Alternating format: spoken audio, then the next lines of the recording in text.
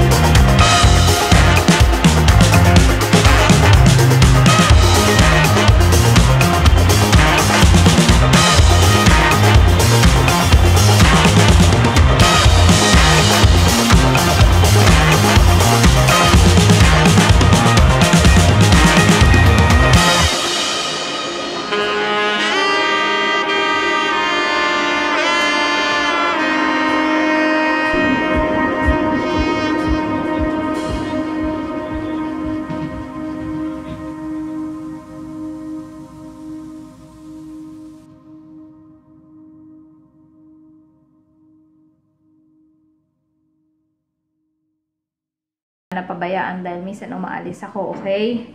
So, thank you plants and display. So, ang ganda. Ito namang aking,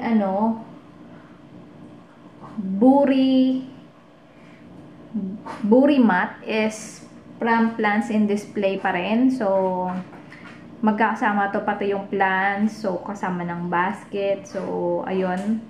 Nakakatuwa. Very satisfied ako sa nila, sa mga product nila. Kasi, talagang worth buying. So, worth it yung price, 'di ba?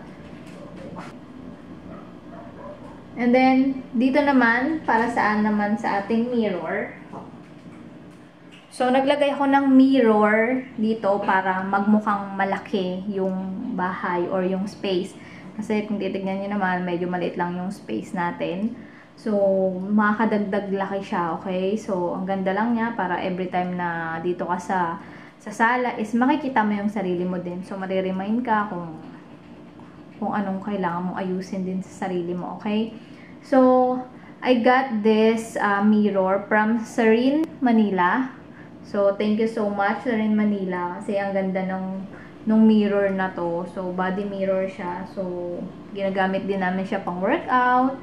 Nagamit din, nakikita mo pag bago ka umalis or dumating kasi nandito lang siya sa living room. Okay? So, next naman is itong ating center lights. Okay? So, I got this from Shopee, guys. So, sa Shopee lang yan. Actually, ito yung mas nahirapan ako kasi hindi ko alam kung chandelier ba, pero kasi mababa yung yung area. So, baka wala nang masyadong space, kakainin niya na. So, yan, buti nakita ko yung ganyan. So, parang feeling ko mas fit na to or mas okay na to. And then, mas mura pa siya kung tutuusin, kumpara doon sa mga gusto ko talagang ilagay dyan, okay? So, bakit ang dami kong ilaw sa bahay na to? Okay guys, yung ilaw kasi is nakakadagdag ganda ng bahay. Or para sa akin kasi nakaka-relax. Kaya, ang dami kong ilaw. Actually, nung pinapagawa ko to, sabi sa akin is, bakit ang daming ilaw? Actually, before, nung naisip ko na magkaroon ng sarili kong bahay, yun talaga yung gusto ko, maraming ilaw. Kasi, I got that idea sa kuya ko. So, yung bahay niya before, or yung tinitirhan namin before, is maraming ilaw. So, dun ko siya nakuha.